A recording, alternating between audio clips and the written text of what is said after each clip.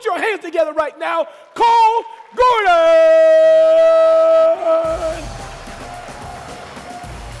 What's up, Cole? Appreciate you, brother. Thank you, guys. All right. Check, check. Okay, you can all hear me? Quick show of hands. Just raise your hand real fast if you have at least one sales rep on your team right now, whether it's a setter, closer, great. So this would be great for you guys. Also, if you don't have a sales team, this would be good future information, but a lot of the stuff I'm going to share with you is essentially will work on if you're doing your sales team. We're going to talk about some interviewing and team strategies, so it really works across all teams, okay? So even if you don't have a sales team, I don't want you to tune out. So if you don't know who I am, I own Closer.io. We're a sales training and recruiting company. We've scaled to multiple 8 figures in a couple of years, just as he said.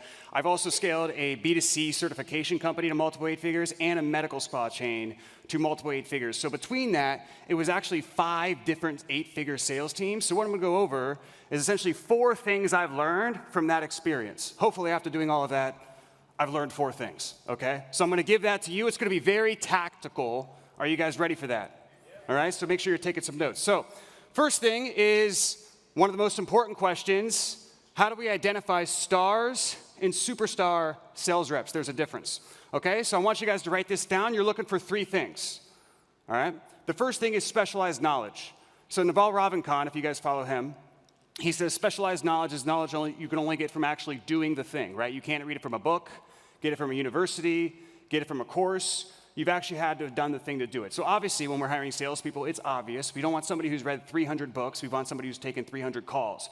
But beyond that, you want to make sure they have experience in your actual type of sales process, right? So like, for instance, there's enterprise sales. That could take like 9-month sales cycles. There's transactional sales. That's pretty much all of you guys in this room. It's like 30 days or less. Like coaching is a transactional sale. That doesn't mean you're treating your prospect like a transaction. That's just like, in sales lingo, that's what we call it. And then there's like relational sales, which is like mortgage brokers, real estate agents, et cetera. There's door-to-door, there's so on and so forth, right? So with whatever your business is, which most of you guys are transactional type of sales, you obviously want to recruit somebody with that specific type of sales experience. So that might sound obvious, but I have clients all the time who hire somebody who is like a savage in real estate, and they're like, why can't this person close for my marketing agency? Well, it's because it's like a totally different type of sales process. You take somebody who is really good at Salesforce, you're like, well, it's Salesforce, they're really good. They can't close high ticket. So step 1, you want to find that. Does that make sense? Step 2 is industry acumen. So this one's a little bit more tricky. People don't think about this as much. But you want somebody who can speak the language of your market. Okay? So like, how well do they get your market, or do they have a resonance with it? Do they speak the language of the market? So essentially a good example of this is like, let's say I had a really grizzled car sales veteran, okay? Like he's a beast at sales. But if I put him, like I have a client who does like gut hormones for women, right? If I put that guy in that offer, he's gonna bomb. Like he's not gonna be able to relate to that market. He's not gonna be able to spend all day talking to them, knowing their problems. Whereas like that client that I have, what she had done is taken a lot of her top clients who maybe had a little bit of sales experience, okay, and then put them on as a salesperson and then train them up on sales. And because they have that resonance with the market, they do so much better. Okay, the last thing is buy-in, which is obviously buy-in to your mission, vision, and values. That's non-negotiable. So how does this all play out? So when you're looking to hire somebody, a superstar has all 3, okay? They have the specialized knowledge in the sales process. They have the industry acumen, and obviously they're bought in. Now, believe it or not, though, that actually is pretty rare, that somebody has kind of the expertise in what you do, and on top of that, they're an expert in sales. Okay, so it's pretty rare. Oftentimes, what you want to settle for is what I call a star. I mean, obviously, if we can get superstars, that's great, but even me, I hire stars. Stars have the buy-in, and then they have one of the 2. They either have the high industry acumen, like they really get your industry, and they're lacking on the sales experience, or they have the opposite. They have a lot of the sales experience, but they might be new to your industry. I'm going to ask you guys, which one do you think is better? The person with the sales experience or the industry acumen, if they only have one of the 2? A lot of people say the sales. It depends on you, okay? So here's how this plays out and what the key question is what can you train better in your organization? So a lot of my clients, like I have a client named Jasmine. She's not a natural salesperson at all, but she's really great at real estate. So for her, I tell her to get people who are like really good veteran salespeople, even if they don't know anything about real estate, because I trust her more to train them up on the industry acumen than I trust her to be like a sales expert, okay? In my business, you know, we work with companies that are just starting off to our top client does $1.5 billion a year. We've worked with over 100 different industries. And so like my salespeople essentially have to have a super high business acumen, right? Like they gotta really know business, sales teams, and at all revenue levels and all different industries. So believe it or not, even though I have a huge distribution of salespeople, what I try to find, obviously I try to find the superstars, but what I really try to find is somebody who really gets business. Like a lot of times they've had a business before, or they were a business consultant in the past, and then I know my ability is I can train them up on sales. Does that make sense? So a lot of you guys, you're gonna wanna go for the salesperson because you guys are the experts and you wanna train them up on your expertise. Obviously you wanna find all three, but this is kind of gonna dictate your hiring strategy. Does that make sense? Cool? And this framework, by the way, works with like almost all positions, copywriters, media buyers, coaches that you're hiring, so on and so forth. I always look for these three things. Okay, so second thing I wanna cover. How do you differentiate professional interviewers from professional salespeople? So have you guys ever had somebody who you interviewed with and you were like, man, this guy is gonna crush it. And then you put them on the phone, or you just, you know, it could be any position. They start and in the next week or 2 weeks, they just bomb. You're like, where'd that guy on the interview go? Like, this person sucks. Who's had that before, right? Like, I've had that a bunch, okay? And we're gonna talk about how to avoid that, all right? So 2 major things you wanna focus on when you're recruiting reps is obviously volume and then effective interviewing. So we're gonna break both of these down. I'm gonna touch on volume, then we're gonna go deeper with effective interviewing. So first of all, when a lot of people hire salespeople, they drum up like 2 to 5 interviews because their hair's on fire, they're doing 100 different things, and then they pick the best person. That's not the way to do it. Okay, so I'm gonna teach you how to get a lot of volume in your pipeline without a lot of time. So first, the basic interview process is pretty simple. We're gonna double click on one part of it though. Is you have an application. From there's a video application. Then we do a group interview. That's what we're gonna go deeper on. And then you have a screening interview. That's like your discovery. Like if you're kind of doing a sales call analogy, that's like your discovery where you're asking questions, you're going deep. And then you do some sort of a skills test. What I like to do is just have people send me their calls in the past. You can do a mock call, but there's a lot of false positives and false negatives with that. Like for instance, one of my best salespeople all time bombed their mock call. And then I've had great mock calls and they don't work out.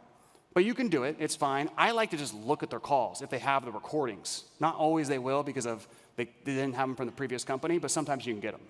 And then the last one's a scorecard interview. That's where you're really selling them into working with you. What you do have to do, you can't just be like, why should you work with me? Really great talent, you have to sell and enroll into working with you, okay? But what we're gonna talk more about is the group interview. So you've probably heard you need to build a big bench, okay? But we don't do it, all right? So like, for instance, if you have a team of 5 salespeople, if you had 2 or 3 people on the bench at any one time who you're kind of like dying to put in there, you just don't have the marketing for it yet, you're gonna be so much less tolerant of bad performance. You're not gonna have to take a step back if people churn.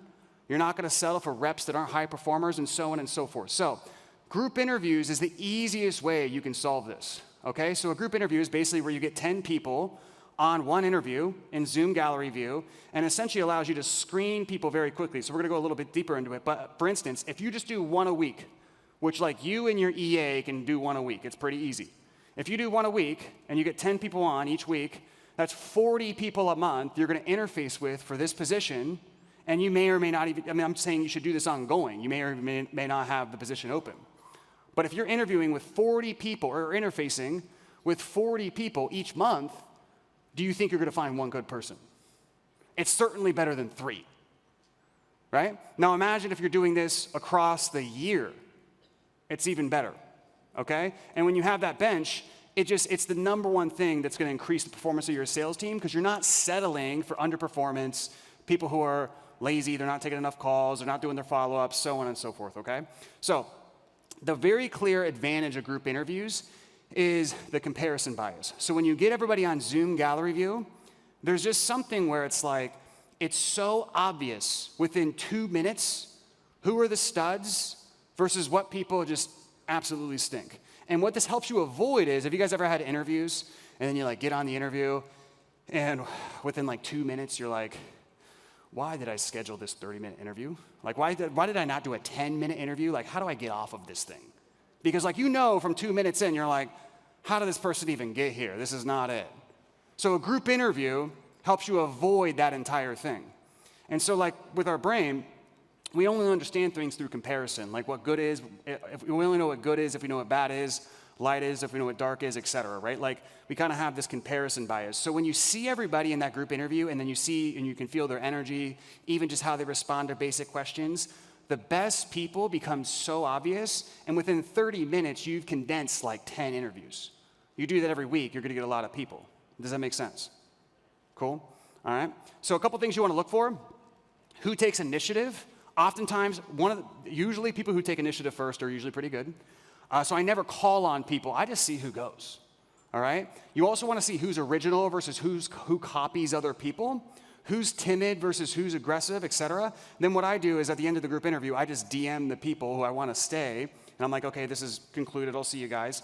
A few people will stay, and I'll roll right into my one-on-ones after that. It's very quick. Much, much more effective for interviewing. You could do it really I wouldn't do this to hire like developers or something, but like salespeople, coaches, setters, very, very good. You're not gonna hire your CFO through a group interview probably. Okay, so let's talk about effective interviewing. So gut feel is great. I've hired thousands of salespeople, so I have a good gut feel, but it's not enough, okay? It's not enough to be able to like differentiate people who just say stuff that's good versus people who are actually good. So here's kind of the main thing I want you guys to know. There's two types of interview, there's essentially what's called situational-based interview questions. So that's like, hey, if I hired you as a salesperson, how would you go about building your pipeline in the next 90 days? All right, so it's like, if I put you in this situation, how would you do? All right, that's a situational-based question. That's what's commonly used, and even a lot of interview training, if you've done proper interview training.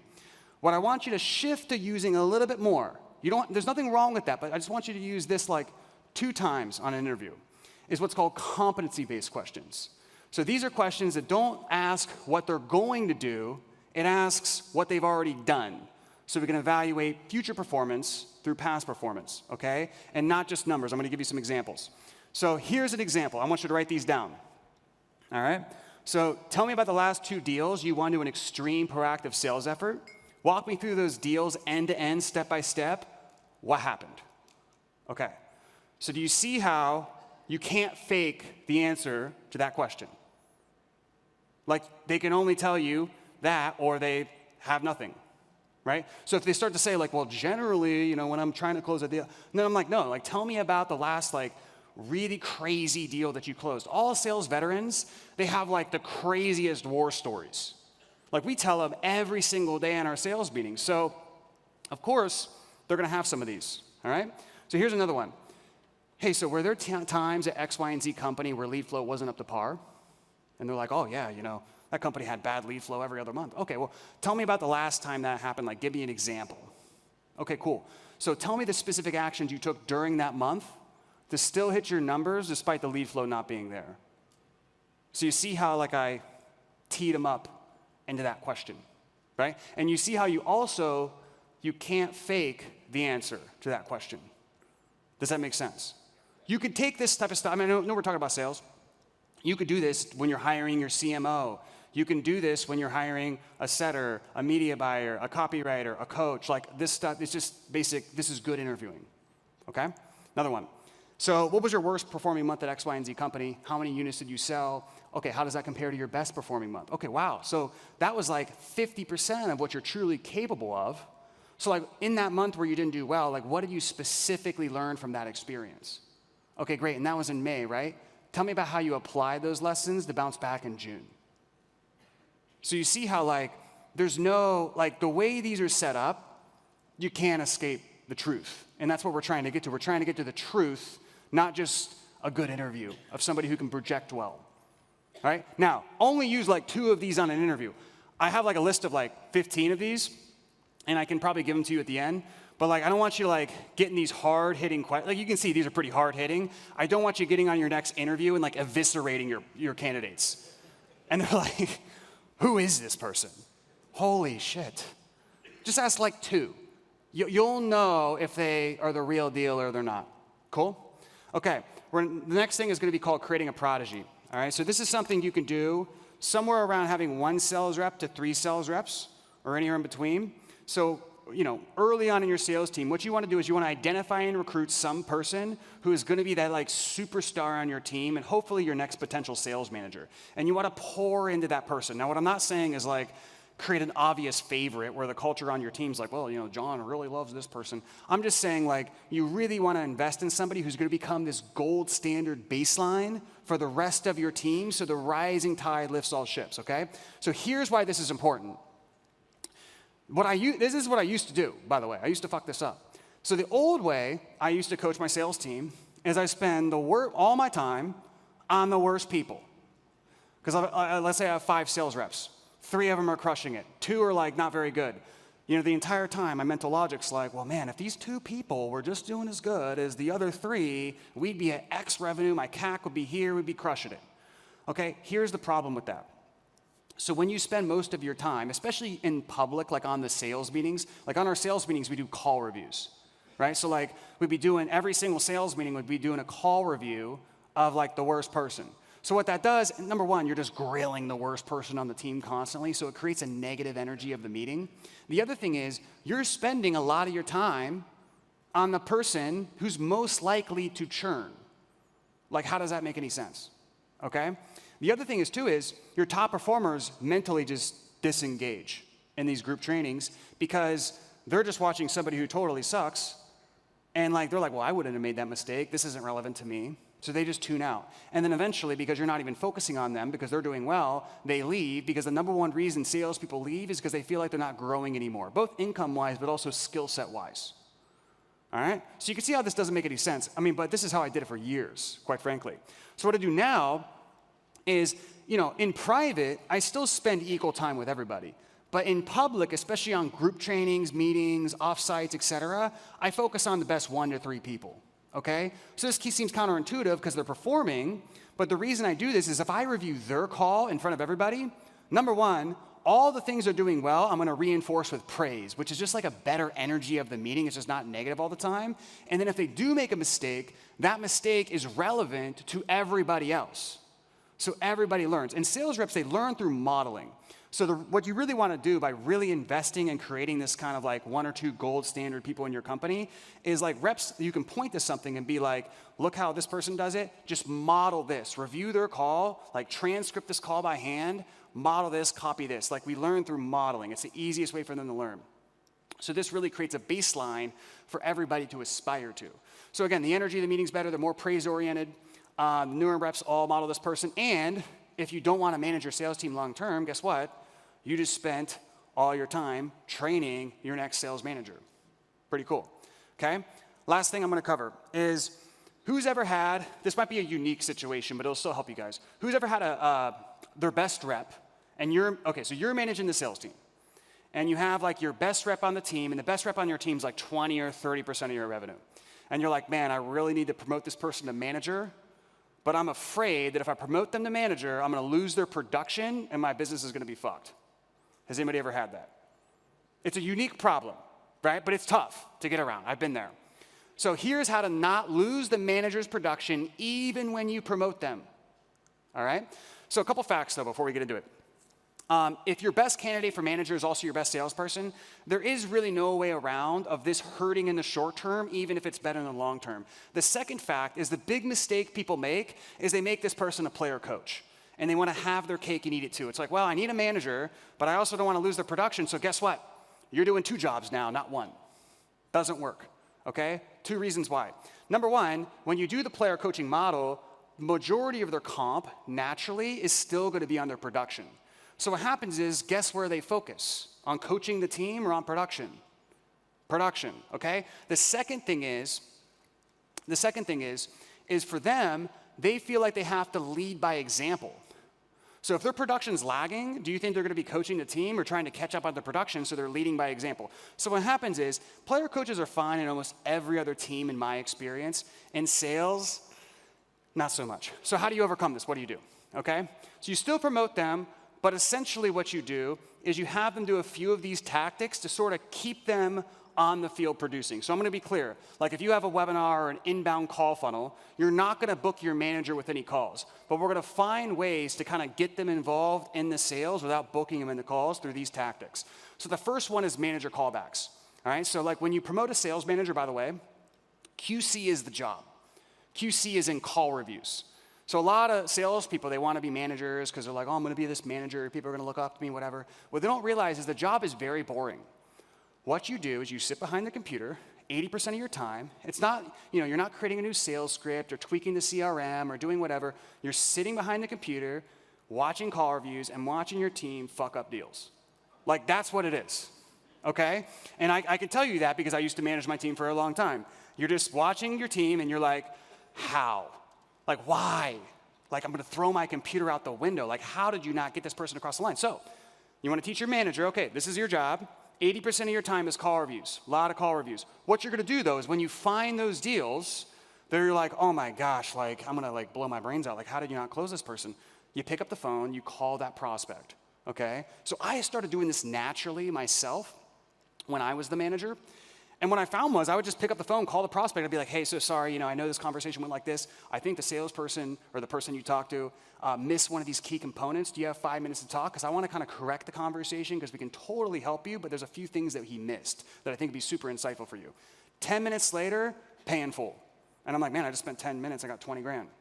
All right, so I teach my manager to do the same thing. If they can do 3 to 5, or I'd say probably 5 to 10 of these a week, they're gonna bag like an extra 4 to 8 deals a month just from getting basically the fringe deals, which are the deals that should have closed but didn't close. Does that make sense? So like let's say they were producing 20 units a month, indirectly through just doing call reviews and then just picking up the phone, having 10-minute conversations, they can essentially almost replace half of their volume by just assisting the other reps. Does that make sense? Okay? The next thing is using the manager as bait. So when you do have a manager, what you essentially want to do is a lot of times in the sales process, the rep will get stuck, okay? So it might be like at the end of call 1, going into the follow-up, they're like, I don't really know how to push this deal across the line. Or a lot of times it's like on follow-up 1 and it goes to follow-up 2 and they're like, I don't know what else I can say here. What you want to do is kind of book the next call with the manager. So you're introducing a new face and therefore new information into the sales process. And that increases the show rate because the prospect's like, okay, I'm going to talk to this new person. They're a higher up. And oftentimes, the manager will tell them the same exact thing the salesperson said, and the prospect will just close. Just because they're speaking to another person, it feels more like a real company now. They've met multiple people, and essentially the trust goes up, and they'll close. Okay? So you can use them as bait, and that's a fantastic way to essentially just just get deals that are just right there across the line. Okay? The last thing is using the manager to create case studies. Okay, so what I mean by this is what I train my manager to do. Again, we don't book any calls directly on their calendar, but what I train them to do is every day, just look at all the reps' calls and cherry pick like one call. I mean, like 3 to 5 calls a week is enough. Just like cherry pick it, hop on with the rep, and just be like, hey, so-and-so wasn't feeling good, I'm gonna take care of you today. Boom, you conduct the call. So again, you're not booking them on their calendar, but they're just kind of cherry picking a few a week, okay? So this alone will get another 4 to 8 deals a month, generally, from your manager. But what's more important about this is it creates an amazing case study of your manager just crushing it. And then that's a call that you can review on your sales meetings Monday through Friday every single time. Because again, reps learn through modeling, so it's like, look at this, do this. The reps will be able to actually model the manager doing it effectively, and it builds the manager's authority. Does that make sense? Cool. So that's it for guys. Thank you very much. Just a few things. I didn't know how to do the QR code. So if you DM me Adcon on Instagram, I have a training essentially of how I built the 3 8-figure companies. You guys can go through step by step. And also we have a physical copy of our sales team SOP playbook out at the booth. If you guys want to pick that up, that's great. But other than that, thank you very much, guys. Enjoy the event. Thank you.